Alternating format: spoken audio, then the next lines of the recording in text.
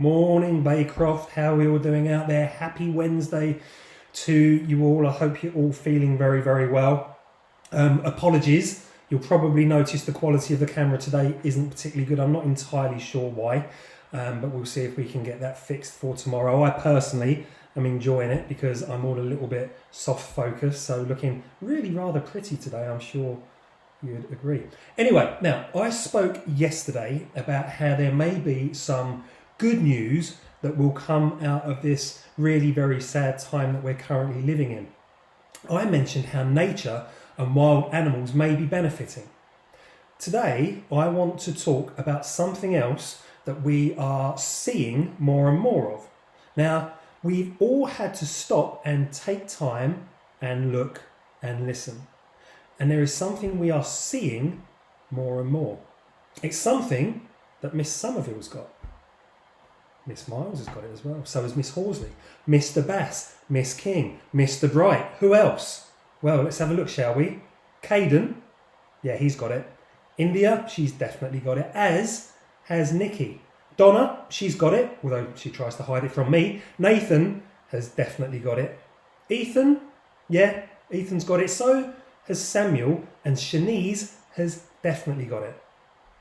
Now, as you know, and now I'm talking about kindness. Now you'll notice that at the start just now, I said it was something we're seeing more. I didn't say there's more of it, but we're seeing it more. We've slowed down and it's allowing us to see each other and to see what's really important.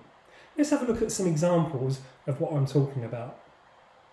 Now we've all seen Captain Tom doing his brave work at nearly 100 years old, walking laps of his garden in order to raise money for our NHS. That's kindness, isn't it? We've all seen our nation getting together to thank the amazing NHS for all of their work. But what about the landlord who messaged all of his tenants to tell them that they didn't need to worry about having somewhere to live, even if they couldn't afford to pay anymore? They could still live in his properties. We all saw how the Italians are singing from their balconies to help keep each other's spirits up, and how kids all over the country are creating lovely rainbows to help cheer us up.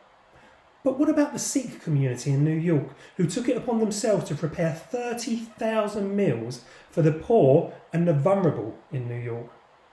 And the community WhatsApp groups that are popping up all over, including the one on my road, which led to me going over and replacing the batteries in the smoke alarms for one of our elderly neighbours. Or the Chinese doctors who took the initiative in sending ventilators and protective equipment to other affected but poorer countries such as Cambodia. What about the man who saw a nurse filling her car with petrol and quickly ran in and paid for it for her? Or the fact that we are realising that heroes come in all shapes and sizes. Kindness is everywhere. And it didn't arrive with coronavirus. It's always been there.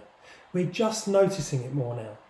In fact, as someone much cleverer than me points out, if it wasn't for kindness, we wouldn't even be here. We wouldn't have survived as a species. We need kindness. It's in you. It's in me.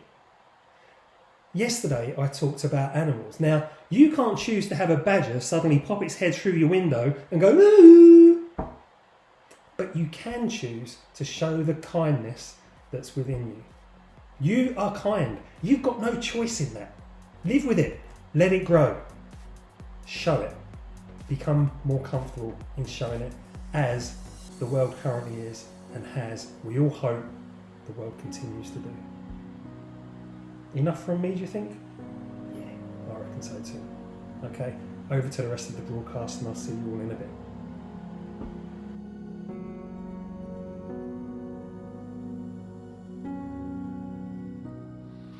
Next exercise we're going to do is we're going to do some incline push-ups on the third stair.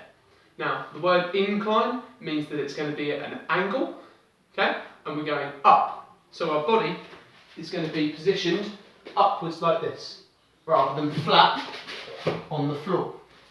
So, we're going to do it on a third step to make them easy, and we're going to do 20 of those, or we're going to do however many you feel comfortable with, okay? So, 1, 2, 3, 4, 5, 6, 7, 8, 9, 10. Make sure you keep a straight back. Don't have your back bending up or down, because otherwise you're not going to be working the right muscles. A couple more, and that'll be that. Now, next, after our third step, we're going to do some on the second step. Now, because it's lower, we're going to do less repetitions. So we're only going to do 15 on the second step. If you can do more or less, it's up to you, but 15 is what I'd recommend starting out trying. So same form, keeping your back straight. Try not to smash your face on the stair, because that would be a very expensive, trip that we won't really want to make. And we're just going to keep going. Take a breath in at the top.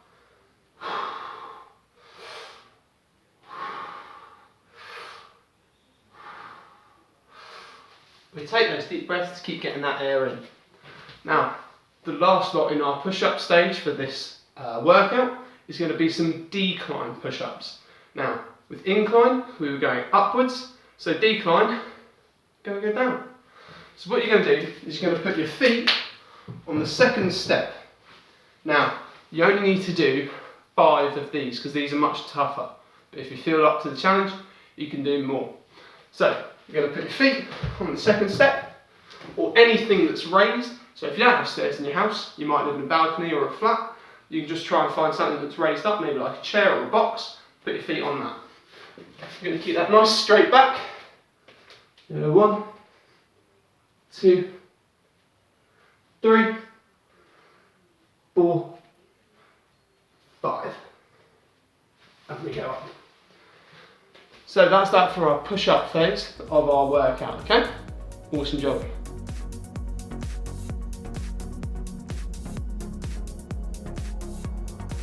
So today's Unity link comes from Mother Teresa. And before we hear her quote, we're just going to show you 60 seconds of facts about this inspirational lady.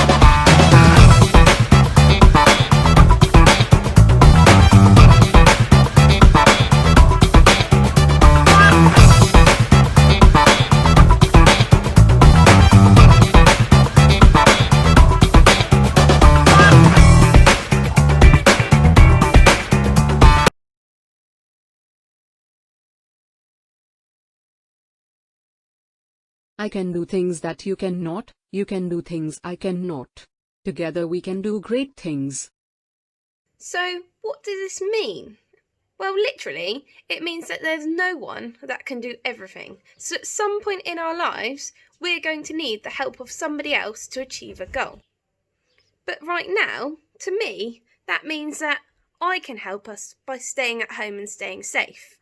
Doctors and nurses, they need to continue working. They need to help the sick and the vulnerable. But with just one of those, we wouldn't be able to achieve the goal in beating COVID-19. So we need to work together. We need to show that unity. Can you think of an example where you need somebody else's help to achieve a goal?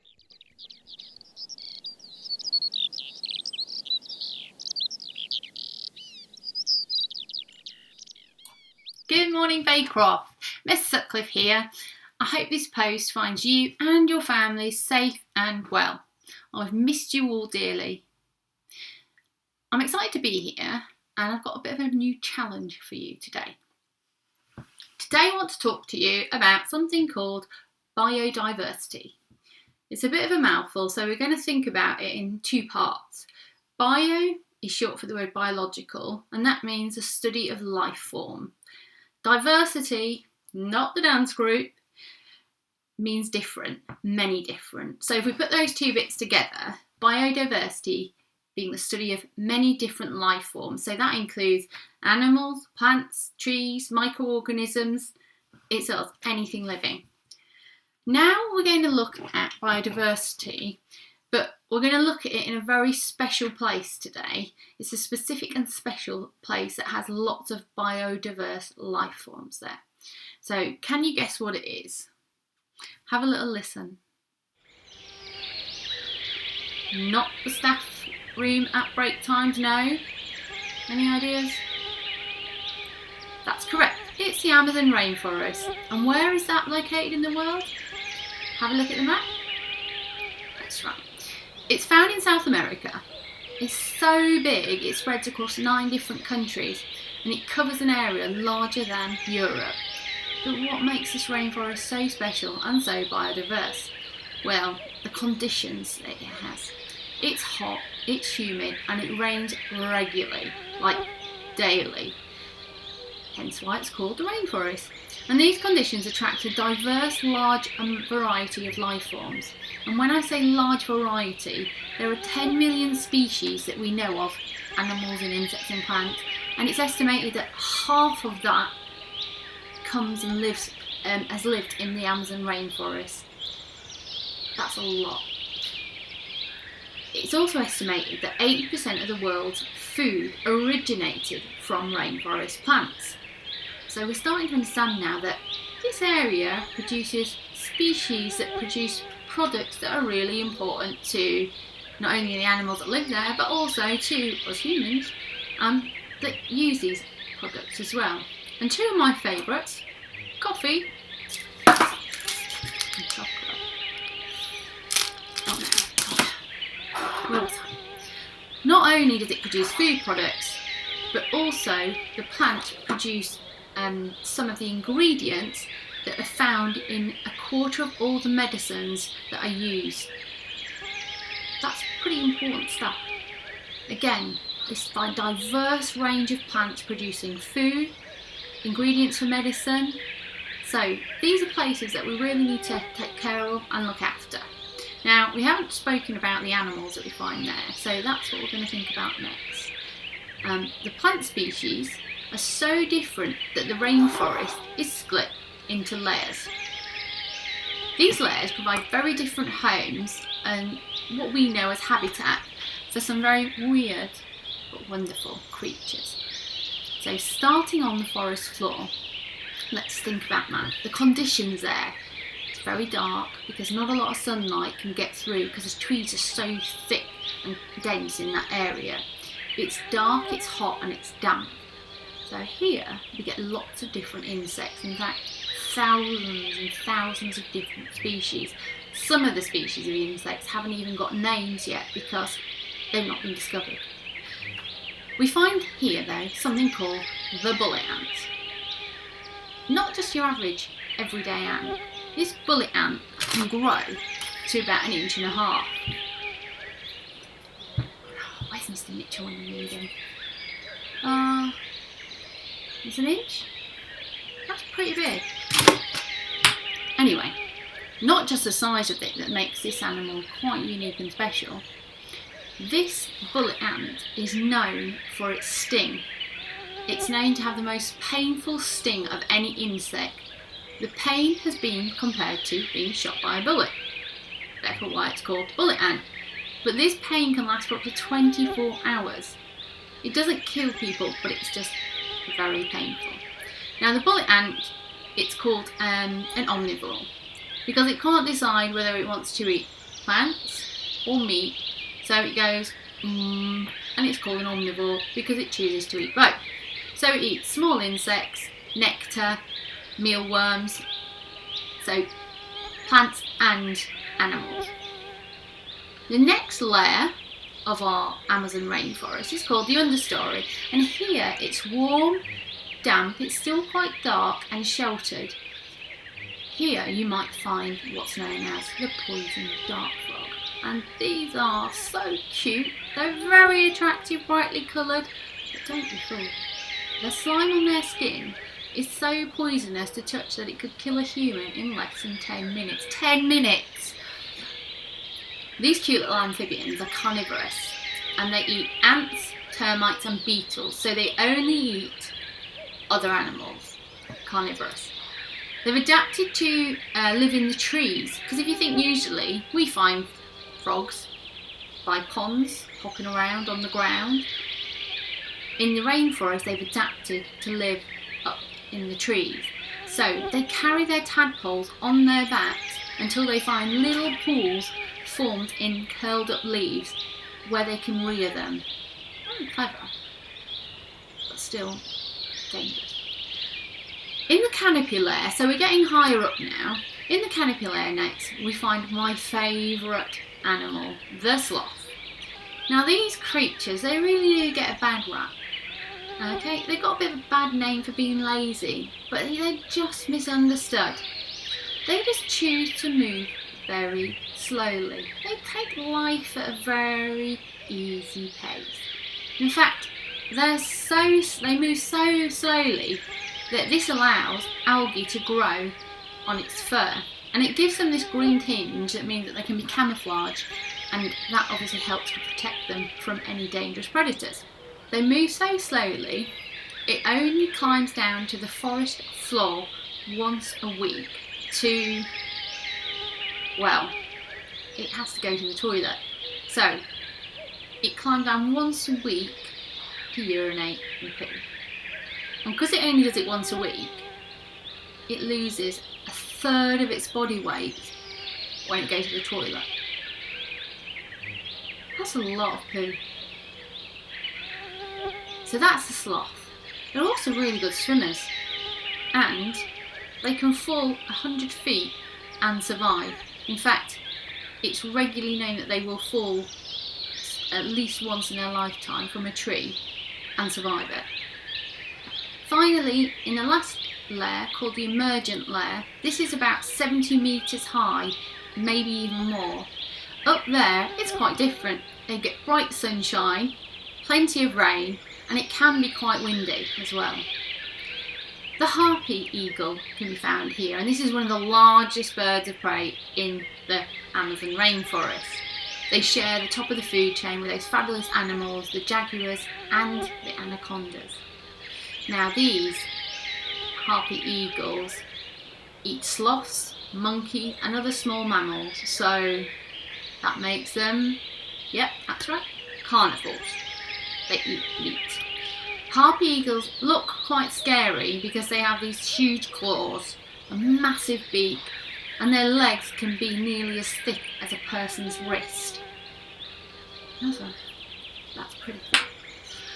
They have excellent vision and they have fast flying ability even when they're weaving between the trees. Their vision is so good that they can see something about this small from about 70 metres away, so you better be able to run fast. There's just a few of the examples of the variety of species that we get from this bird that lives high up in the tree to this little ant, well, not so little, ant that lives on the forest floor in dark, damp conditions, and the bird that lives up in the sunshine. The same as that, we get different plant species.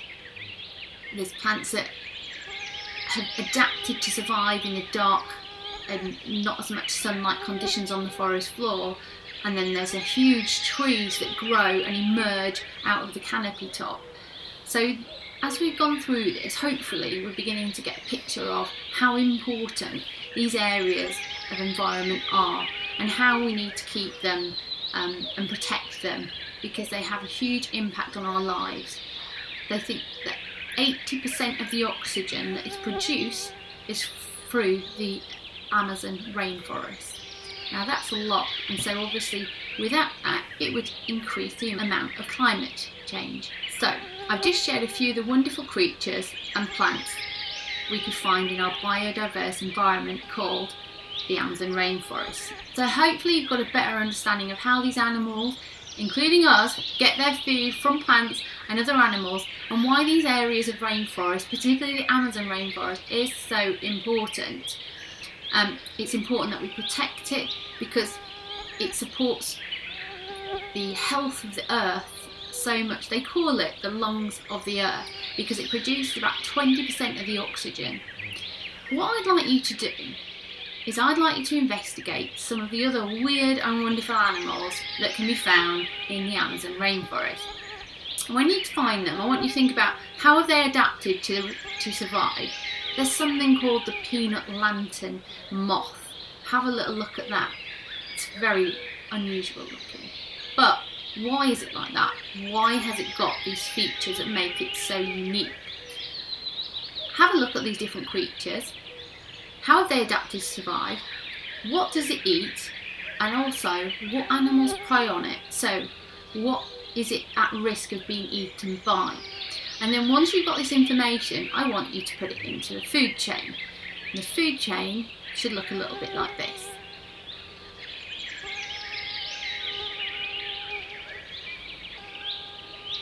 So now you've created your food chain, you've got your creature and you've described that.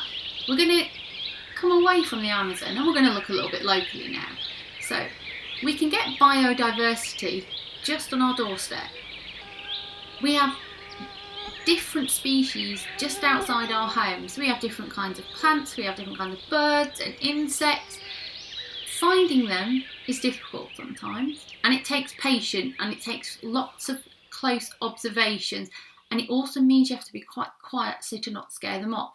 So the next part of your challenge, I want you to go into your garden or your outside area if you have one and have a little look. Take some time, make close observations and record what you see, what you discover. What insects do you see? What birds do you see? What types of plants and moss can you identify? So, 2 parts of the challenge. Good luck with it. I can't wait to see what you come up with, what weird and wonderful animals you discover. It's been lovely spending time with you today, and I really hope to see you all very soon. So be kind to each other, stay well, keep safe, and I'll see you all very soon.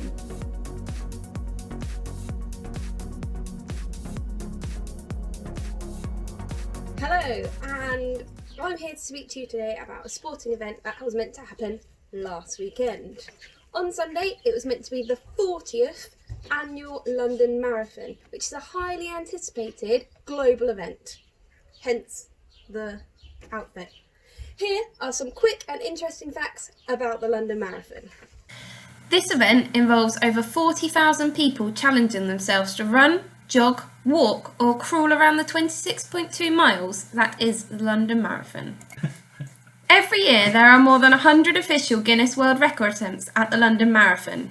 Record titles include fastest marathon carrying a household appliance and fastest marathon dressed as a plant. Did you know the London Marathon has been completed in orbit by astronaut Tim Peake? And despite over 40,000 people taking on this daunting challenge, only 2% do not complete the course. Most runners try and raise money for charities. The total so far surpasses £1 billion raised. There is also a mini marathon designed for children aged 11 to 17 years, and it's the last 3 miles of the famous London course.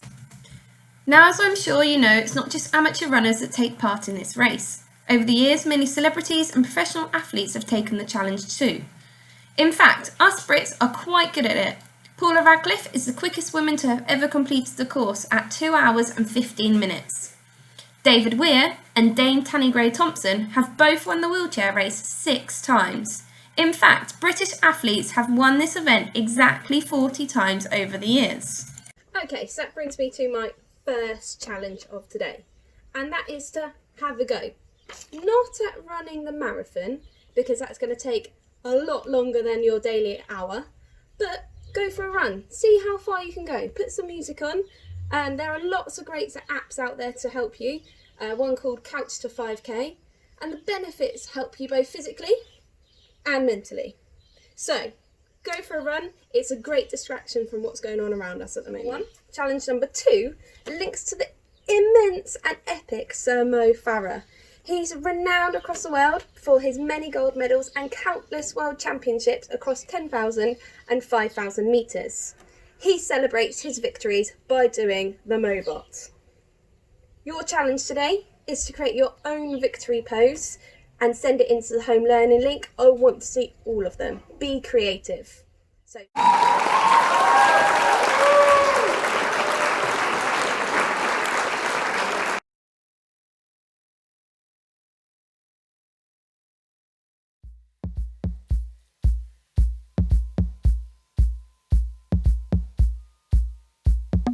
Yesterday's sign was calm.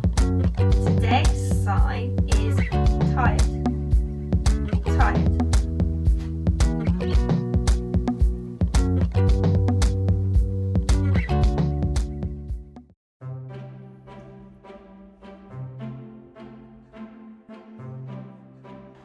That's it for today, everyone. Thank you as ever for watching. Please do tune again tomorrow morning at 10 a.m. to Baycroft TV, and we will all speak to you then. Have a wonderful day. Try to make sure that you get some kind of exercise in spite of the weather, both of your body and of your brain. Be nice to each other, particularly your parents and carers, and we'll see you tomorrow.